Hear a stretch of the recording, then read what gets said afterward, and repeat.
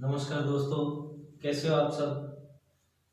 दोस्तों, मैं जो व्याकरण करवा रहा हूँ पूरी की पूरी कर्मानुसार करा रहा हूँ, क्योंकि हिंदी व्याकरण ऐसा है कि ये जो सभी जो प्रकरण जो होते हैं आपस में गुंथे हुए होते हैं। इसका मतलब ये होता है दोस्तों कि आपको एक चीज नहीं आती है तो नेक्स्ट जो चीज है वो आपको थोड़ा सा कठिन लगेगा। इसके लिए आपको क्या करना पड़ेगा दोस्तों कि आपको अगर अगली चीज यानी मतलब नेक्स्ट कोई टॉपिक आपको पढ़ना उससे पहले आपको पीछे का टॉपिक जो है आपको याद होना चाहिए। जैसे आप सर्वनाम तभी कर पाओगे जब आपको संज्ञा आएगी। तो दोस्तों, आज मैं जो आपको करवाने जा रहा हूँ वो सबसे हिंदी व्याकरण में सबसे हार्ड समझे जाने वाला, कठिन समझे जाने वाला जो टॉपिक है वो है संधि। क्योंकि दोस्तों ये एक कसौटी भी होती है कि जो हिंदी का टीचर आपको संधि समझा सकता है ना, इसका मतलब वो टीचर अच्छा है। हालांकि ऐसा कोई मापदंड नहीं है कि संधि करवा दे वही टीचर अच्छा हो, लेकिन फिर भी आपको ये जो मन में जो धारणा बनी हुई है वो जो है हमें निकालनी है। दोस्तों, ये संधि जो है मैं अभी जो आज मैं आपको करवाने जा रहा हूँ वो सबसे महत्वपूर्ण जो है चीजें होती है जो आपको ये आनी चाहिए। और अगर आपको मैं जो आज चीज बता रहा हूँ वो जो आपको आने लग गई, इसका मतलब आपको संधि कहीं भी दिक्कत नहीं आएगी। दोस्तों, ये हमने पढ़ा है कि ये जो हमारा टॉपिक है संधि। देखो दोस्तों कि एक तो बात कीजिए कि संधि क्या है। संधि दो या दो से अधिक वर्णों का मेल होता है कि जब दो वर्ण मिलते हैं। देखिए, संधि किसकी होती है दोस्तों? दो वर्णों की। किसकी होती है? दो वर्णों की। दोस्तों, दो वर्ण ऐसे स्वतंत्र तो आएंगे, ऐसे तो है नहीं क के बाद में क लगा दिया, क और प जुड़ के क्या बनेगी, ऐसा कुछ नहीं होता। ऐसा नहीं होता है दोस्तों। देखिए, संधि कब होती है? दो वर्णों की होती है। कब होती है? जब दो पद होते हैं। जैसे एक प्रथम शब्द होता है, या मैं कह सकता हूं प्रथम पद हो सकता है, प्रथम शब्द द्वितीय शब्द, या शब्द, या इसको मैं पद बोल सकता हूं कि प्रथम शब्द या द्वितीय शब्द। अब यहां क्या होता है? प्रथम शब्द की अंतिम, प्रथम शब्द का अंतिम वर्ण और द्वितीय शब्द का प्रथम वर्ण मिलकर ये दोनों क्या करेंगे? एक विकार उत्पन्न करते हैं। क्या करते हैं दोस्तों? एक विकार उत्पन्न करते हैं। और इन दोनों के मिलने से आए हुए विकार को क्या कहते हैं? संधि कहते हैं। दोस्तों, संधि मैं दोबारा बता देता हूं कि संधि किसे कहते हैं? दो या दो से अधिक वर्णों के मेल को संधि कहा जाता है। ठीक है। अब कई बार क्या होता है दोस्तों, जैसे मैंने बोला दिन प्लस अंक, अब ये हो गया दिनांक। दीर्घ संधि हो गई दिन प्लस अंक। आ हो गया। देखिए, यहां वाला ए और यहां वाला ए मिलके क्या बन गया? या।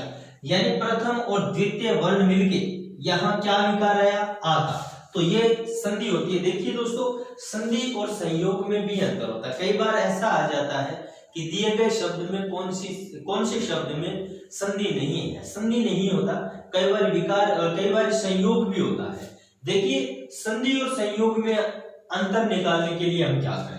संधि और संयोग में अंतर निकालने के लिए दोस्तों हमें यह देखना है कि प्रथम शब्द का अंतिम वर्ण और द्वितीय शब्द का प्रथम वर्ण मिलकर कोई विकार उत्पन्न कर रहा है या नहीं। अगर विकार उत्पन्न होता है तब तो दोस्तों संधि है। अगर विकार उत्पन्न हो रहा है तब तो दोस्तों संधि है। अगर विकार उत्पन्न न होके केवल जो कह सकते हैं जो वर्ण जो के क्यों रहते हैं, कोई परिवर्तन नहीं आता है, तो वो क्या होता है? केवल संयोग कह सकते हैं, संधि नहीं। जैसे मैंने बोला मानव, मैंने क्या बोला दोस्तों? मानव प्लस था, क्या बन गया? मानवता। अब यहां देखिए, कई बार हो जाता है कि मानवता में संधि है या नहीं। जिनको नहीं पता है, जो इस मैटर से अनभिज्ञ है, वो इसको कह सकते हैं कि संधि है। मानव प्लस था, दो शब्द यानी टुकड़े हो रहे हैं, लेकिन ऐसा नहीं है। ध्यान रखना, कोई भी जिस शब्द में प्रत्यय है वहां संधि मान्य नहीं होते। ध्यान रखना, कहीं भी प्रत्यय लगा है वहां संधि नियम लागू नहीं होता है। दोस्तों ये थोड़ा सा ध्यान रखना कि यहाँ परिवर्तन नहीं आया है, परिवर्तन आता है तो ही संधि होती है, तो ये थोड़ा सा ध्यान रखना दोस्तों। अब देखते हैं कि कई बार ये संधि का विलोम शब्द पूछा जाता है दोस्तों। संधि का विलोम शब्द होता है विग्रह। संधि का विलोम शब्द क्या होता है? विग्रह होता है दोस्तों। कई बार क्या हो जाता है, मन में ऐसे आ जाता है कि संधि का विलोम शब्द विच्छेद होता है और समास का विग्रह होता है। समास का विग्रह नहीं होता बल्कि संधि का होता है विग्रह। तो ध्यान रखना कि अगर आपसे पूछा जाता है कि संधि का विलोम शब्द क्या होता है, विग्रह होता है, विच्छेद नहीं होता। तो ये थोड़ा सा ध्यान रखना। अभी दोस्तों एक और चीज बता दो आपको इम्पोर्टेंट, कि संधि जब होती है, संधि जब होती है तो दो पद पास पास आते हैं। क्या? दो पद पास पास आते हैं। तो पद है तो उसका कोई ना कोई अर्थ है। ध्यान रखना दोस्तों कि जब संधि होती है तो दो पद जो होते हैं, प्रथम और दूसरा, तो इन पदों का कोई ना कोई निश्चित अर्थ होता है। ठीक है, तो ध्यान रखना, प्रत्यय का अपना कोई अलग अर्थ नहीं होता, इसलिए यहां संधि नियम लागू नहीं होता है। तो थोड़ा सा ध्यान रखना आपको कि जब संधि होती है तो दोनों शब्दों का कोई ना कोई निश्चित अर्थ होता है। दोस्तों ये तो हो गई कोमल। अब जो है, अब मैं जो आपको बता रहा कि आपको यहां संधि करने के लिए किसकी जरूरत पड़ेगी। देखिए दोस्तों, कई बार मैंने सुना है, मैं YouTube पर वीडियो वगैरह भी कई बार कमेंट वगैरह देखता हूं, तो कई बार ऐसा होता है, पूछ लेते हैं बच्चे कि सर ऐसा क्यों, ऐसा क्यों, ऐसा क्यों। तो देखिए दोस्तों कि मैं जो बता रहा हूं इसको इंपॉर्टेंट तरीके से आपको पढ़ना है। अब इसमें चीज क्या आती है, देखिए कि संधि में चीजें आती हैं। जैसे कई बार क्या होता है, पूछा जाता है कि सर स्त्रीलिंग है पुल्लिंग है, सरसों पुल्लिंग है या स्त्रीलिंग है, ऐसे पूछ भी लेते हैं कि सर सरसों पुल्लिंग है, कई पुल्लिंग बताते हैं, कई स्त्रीलिंग बताते हैं। दोस्तों हमारे हिंदी में सिर्फ एक ही तरीका है, हालांकि बताने में तो कैसा ही करे, मेरा तरीका याद रख लेना। आप अपने आम भाषा में हम बोलते हैं, आम भाषा में हम बोलते हैं, तो ध्यान रखना, कई बोलते हैं हम होता है, कई बोलते हैं होती है। तो हमारे हिंदी में ऐसा नहीं है, हमारे हिंदी में सीधा सा तरीका है, होता है तो पुल्लिंग, होती है तो स्त्री। ध्यान रखना, होता है तो पुल्लिंग, होती है तो स्त्री। अब देखिए आपको पता है सरसों होती है या होता है। अब आप देखिए सरसों होती है या होता है, तो आपको पता है सरसों होती है न कि होता है। ठीक है, तो ध्यान रखना सरसों जो है स्त्रीलिंग है। तो अब यहाँ जो है हमें कैसे पता चलेगा, देखो फर्स्ट ग्रेड में जो है वो अभी प्रश्न पूछा गया था, एक प्रश्न आया था। देखिए हमें ऐसा लगता है कि ये सही है, लेकिन सही नहीं होता, क्योंकि हमें पूरी जानकारी इसकी प्राप्त नहीं है। देखो दोस्तों संधि पूछा गया था, उसमें पुत्रेष्णा संधि पूछी गई थी कि पुत्रेष्णा, यानी ऐसा डिटेल दिया गया था कि किसमें जो है गलत है। तो ध्यान रखना, यहाँ उसमें उन्होंने दे रखा था फर्स्ट ग्रेड के पेपर में हिंदी के, तो वहां दे रखा था पुत्रेष्णा। देखिए दोस्तों हमें पता है कि पुत्र पुत्र है, होता है, एष्णा, ठीक है, एष्णा यानी ए आ के बाद में ए ऐ आता है तो ऐ बनता है। ठीक है, लेकिन यहाँ लोगों ने सही माना था, लेकिन शब्दों को तरफ ध्यान नहीं दिया था। देखिए दोस्तों ये जो ए है, ये ए आएगा कि ऐ आएगा। ध्यान रखना कि यहाँ ये गलत है, ऐष्णा में ऐसा नहीं आता है, ऐष्णा में ऐसा आता है। अब पता कैसे चलेगा सर, कि हमें कैसे पता चलेगा कि ये ऐष्णा में ए बड़ा आएगा छोटा आएगा। अभी जो तरीका है वो आपको पूरी हिंदी, अब देखिए दोस्तों ये जो मैं ट्रिक लिखा रहा हूं ये बिल्कुल आपको केवल आपको संधि में 100% जो है लागू होगी। देखो संधि में आपको कहीं भी दिक्कत नहीं आएगी। कैसे नहीं आएगी, देखिए देखो दोस्तों पहले पद की अपने को पता चलता है कि प्रथम पद की अंतिम मात्रा जो है वो छोटी आएगी कि बड़ी आएगी। ठीक है, कि प्रथम पद की अंतिम जो मात्रा है वो छोटी आएगी बड़ी आएगी। दोस्तों संधि में सबसे ज्यादा इंपॉर्टेंट है, तो प्रथम पद का निर्धारण कैसे करेंगे, तो ध्यान रखना दोस्तों, अगर शब्द पुल्लिंग होता है, उपसर्ग होता है तो शब्द की अंतिम मात्रा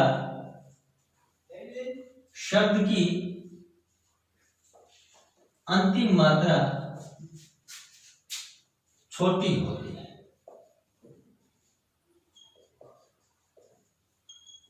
या इसको मैं कह सकता हूं ह्रस्व होती है। ध्यान रखना दोस्तों कि अगर पुल्लिंग या उपसर्ग शब्द है, आपको पता है होता है क्योंकि देखिए उपसर्ग होता है या होती है, हमें पता है कि उपसर्ग होता है तो क्या है, पुल्लिंग है, तो यहां क्या आएगी, छोटी आएगी मात्रा। देखिए जैसे अनु, प्रति, अति, अधि, सु, समझ में आ गया ना। तो ये थोड़ा सा ध्यान रखना। जैसे प्रभु होता है या होती है, होता है। जैसे भानु होता है या होती है, होता है, ठीक है। जैसे पति होता है या होती है। जैसे पत्नी, तो पत्नी देखिए होती है या होता है, होती है, तो ये क्या आएगी, मात्रा बड़ी है, तो ये थोड़ा सा ध्यान रखना है। तो ये शब्द की अंतिम मात्रा छोटी आएगी। ध्यान रखना ये होता है, क्या है, होता है, उपसर्ग होता है या होती है, एक तो ये ध्यान रखना है। दूसरा याद रखना है कि अगर शब्द स्त्रीलिंग है तो आपको पता है स्त्रीलिंग होती है या होता है, स्त्रीलिंग होती है या होता है, समझ में। जैसे जूता होता है या होती है, होता है। चप्पल होती है या होता है, होती है, समझ में आ गया। तो आपको पता है स्त्रीलिंग है, तो ध्यान रखना शब्द की अंतिम मात्रा बड़ी होती है। क्या होती है दोस्तों, बड़ी होती है, यानी आप कह सकते हो दीर्घ मात्रा होती है। जैसे मैंने लिखा है ना कि कई बार पत्नी ऐसे लिखा आ जाता है, गलत होता है दोस्तों, क्योंकि पत्नी होती है या होता है, होती है, समझ में आ गया। अब देखिए दोस्तों बहुत सारे शब्द आते हैं। जैसे मैंने लिखा है शब्द लिख दिया मैंने चम्मू होती है, चम्मू का मतलब होता है सेना होती है, ठीक है।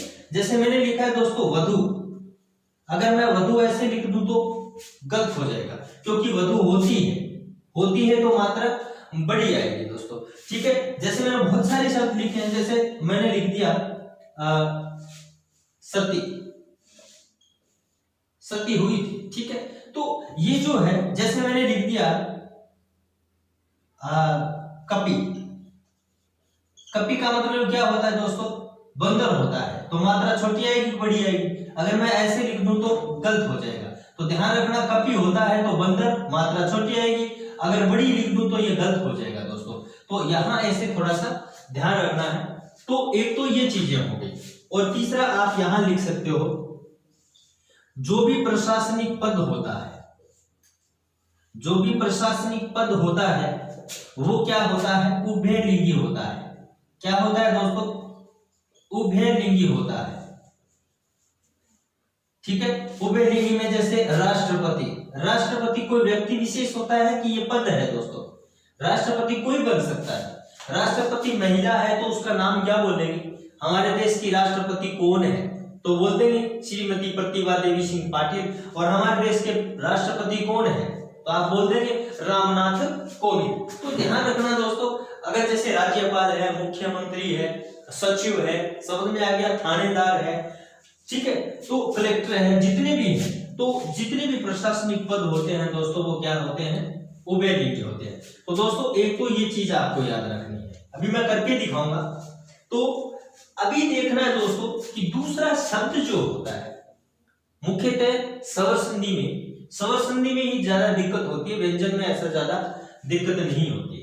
तो इसको आप नोट भी कर सकते हो, लिख भी सकते हो दोस्तों। अब मैं बता रहा हूं आपको सबसे इंपॉर्टेंट चीज कि हमारा दूसरा शब्द जो है, मैंने पीछे बताया ना कि मैंने क्या बताया कि ए शना में ए आएगा कि आई आएगा, तो वो चीजें आपको ध्यान रखनी है। ए आ का कोई मतलब नहीं है, ए से पता है ए और आ का साउंड ही अलग होता है। ए को ए बोलेंगे, आ को आ बोलेंगे, इनमें कोई दिक्कत नहीं है। आ तो बोलेंगे तो हम ए तो लिखेंगे, आ लिखेंगे, ठीक है। लेकिन हमें समस्या होती है कि ई लिखे, जैसे हम बोलते हैं ई, अपने बोलने में गलती होती है क्योंकि हम जानकार नहीं है, हम ई भी बोल देते हैं, ई भी बोल देते हैं। ध्यान रखना दोस्तों कि अगर दूसरा शब्द, जैसे मैंने लिखा है अतीब, मैंने शब्द लिखा है अतीब, अतीब का संधि विच्छेद क्या करना है, हमारे ऑप्शन में वहां सारा कुछ आएगा, अति प्लस ईव भी लिखा होगा, अति प्लस इव भी लिखा होगा, अति प्लस इव भी लिखा होगा और अति प्लस इव भी लिखा होगा। देखिए दोस्तों, हमें कैसे पता चलेगा कि ये सही कौन सा है। दोस्तों हमें पता है कि अति क्या होता है या होती है, हमें पता है अति उपसर्ग होता है। क्या होता है दोस्तों, अति उपसर्ग होता है। तो एक वाला तो ये गलत हो गया और एक ऑप्शन वाला ये गलत हो गया। अब हमें पता है कि अति उपसर्ग ये तो ठीक है, छोटी मात्रा आएगी, लेकिन यहाँ ई बड़ी आएगी कि छोटी आएगी। तो दोस्तों इधर देखिए कि ई बड़ी तभी आती है जब उसके जस्ट बाद में क्षय या क्षय हो, ठीक है, क्षय या क्षय हो। इसके अलावा आप ध्यान रखना दोस्तों, एक तो होता है इप्सर, ठीक है, और एक होता है ई। ये दो शब्द याद रख लेना कि इप्सा और ईर है, इनमें दूसरा अक्षर क्षय या क्षय नहीं है, फिर भी ये ई बड़ी आई है, थोड़ा सा ध्यान रखना है। अन्यथा ई बड़ी तभी आएगी जब क्षय या क्षय होता है। जैसे हमने बोल दिया कि अभी देखिए इम में ई आएगा, बड़ी आएगी, छोटी आएगी, तो ध्यान रखना कि यहाँ बड़ी नहीं आएगी क्योंकि क्षय क्षय नहीं है। अगर क्षय या क्षय होता तो ई बड़ी आती, अन्यथा ई क्या आएगी, छोटी आएगी। तो देखिए ये ऑप्शन क्या हो जाएगा, हमारा सही हो जाएगा, ठीक है। अभी देखिए दोस्तों कि अब पता चल गया कि ई बड़ी तभी आती है जब दूसरा अक्षर क्षय या क्षय हो, और इन दो शब्दों को क्या करना है, आपको याद कर लेना है दोस्तों। अभी देखिए दूसरा शब्द क्या होगा, ऊ बड़ा आएगा, छोटा आएगा। जैसे हम लिखते हैं जलोर्मी, क्या लिखा है हमने, जलोर्मी लिखा है। दोस्तों जलोर्मी यहाँ गुण संधि है, क्या है दोस्तों, गुण संधि है, यानी ए आ के बाद में ऊ आता है तो ये ओ बन जाता है। तो हमें पता है कि ओ कहाँ लगा है, जल के ऊपर, यानी पहला पद या तो ए है या आ है, जला है या जल है। ध्यान में पता है आपको, जल होता है तो अंतिम मात्रा छोटी आई है। अब हमें पता है कि ओ कब बनता है, ए या आ के बाद में ऊ या ऊ आता है। तो हमें पता है कि या तो ऊ छोटा आएगा या बड़ा आएगा। हमें कैसे पता चलेगा यहाँ छोटा आएगा कि बड़ा आएगा, ध्यान रखना। इधर आ जाइए, ऊ बड़ा तभी आता है दोस्तों जब दूसरे अक्षर पर क्या हो, रेफ हो। रेफ समझते हो ना, रे जो है ना, कई बार ऐसे आ जाता है, कई बार ऐसे आ जाता है, कई बार ऐसे आ जाता है, इसको रेफ की मात्रा बोलते हैं। तो जब ऊ बड़ा तभी आता है जब दूसरे अक्षर पर रेफ हो। इसके अलावा ध्यान रखना दोस्तों, एक तो उष्मा शब्द, एक ऊढ़ शब्द, एक ऊह शब्द, एक ऊन शब्द और एक शब्द याद रख लेना ऊहनी। ये शब्द जो है 5 ऐसे हैं जिसमें रेफ नहीं है, फिर भी ऊ क्या आया है, बड़ा आया है, संधि में सबसे ज्यादा इंपॉर्टेंट है।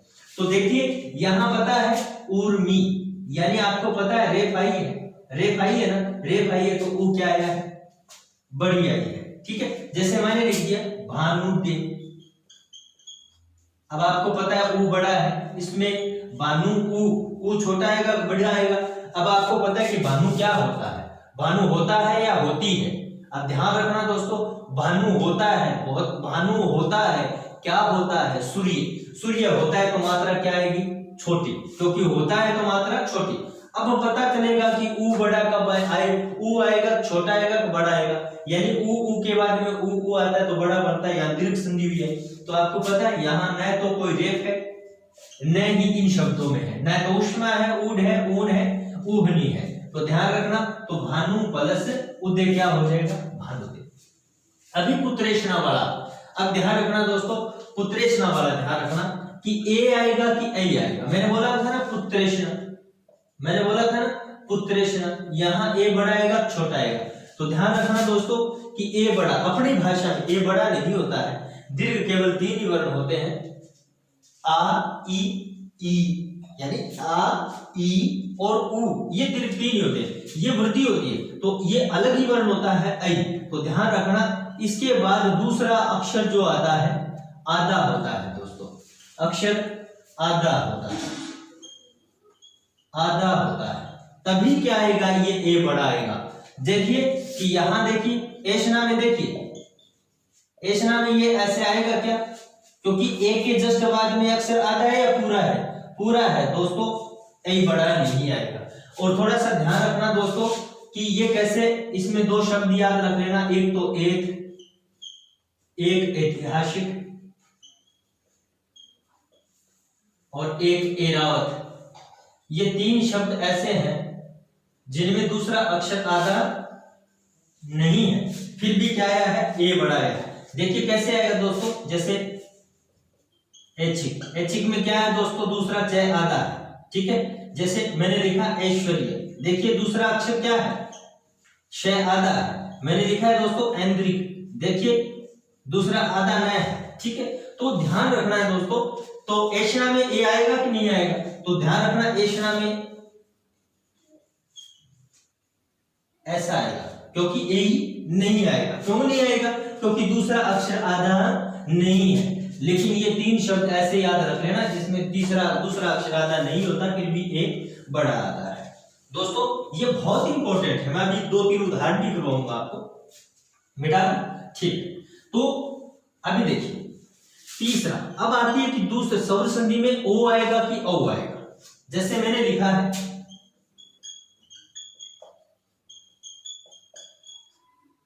वाण्योचित्य, ठीक है दोस्तों। देखिए वाण्योचित्य ये यण संधि है। अब आपको पता है वाणी होती है या होता है, होती है। वाणी प्लस आपको पता है औचित्य। अब औचित्य में ओ आएगा कि औ आएगा, ध्यान रखना दोस्तों।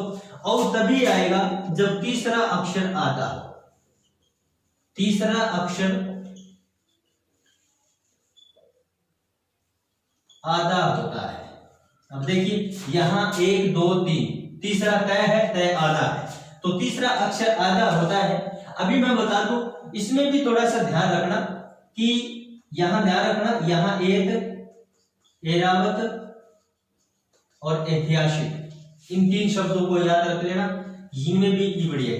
अब यहां देखना दोस्तों कि ओ बड़ा है, यानी ओ कब आएगा, जब तीसरा अक्षर आधा है। लेकिन एक शब्द याद रख लेना दोस्तों, एक तो ओजस्वी। ओजस्वी ये इंपॉर्टेंट है कि ओजस्वी में मैंने जो ट्रिक बताई है उसके अनुसार क्या आना चाहिए, ओ आना चाहिए। लेकिन मेरी ट्रिक यहाँ लागू नहीं हो रही, तो एक शब्द ये याद रख लेना ओजस्वी, जिसमें तीसरा अक्षर आधा है लेकिन ओ बड़ा नहीं है, अपनी भाषा में ओ है। या मैं ऐसे कह सकता हूं, या एक शब्द है औषधि, ठीक है। औषधि, औषधि में देखिए यहां तीसरा अक्षर आधा नहीं है लेकिन फिर भी ओ बड़ा है। इन दो शब्दों को याद रख लेना दोस्तों, फिर कोई भी आपको समस्या जो है संधि में आपको नहीं आएगी। हम जो संधि का जो टॉपिक है वो नेक्स्ट वीडियो में करेंगे कि इसके भेद की तरह मैं छोटे छोटे वीडियो डालूंगा दोस्तों, क्योंकि बड़ा वीडियो जो है इतना इफेक्ट नहीं लगता, क्योंकि हम बोरिंग हो जाते हैं। और वैसे भी बच्चों को ऐसा लगता है कि संधि जो है बोरिंग है, लेकिन नहीं है बोरिंग दोस्तों। ऐसा याद कर लेना कि इसको थोड़ा सा आप इसको पहले तो रटोगे, ठीक है। अभी मैं 2-3 उदाहरण करवाता हूं दोस्तों। जैसे मैंने लिखा है भानवस्त्र, देखिए दोस्तों यहां यण संधि है, यहां है, आपको ऐसा आएगा भानु प्लस अस्त, एक ऑप्शन आएगा आपको भानु प्लस अस्त।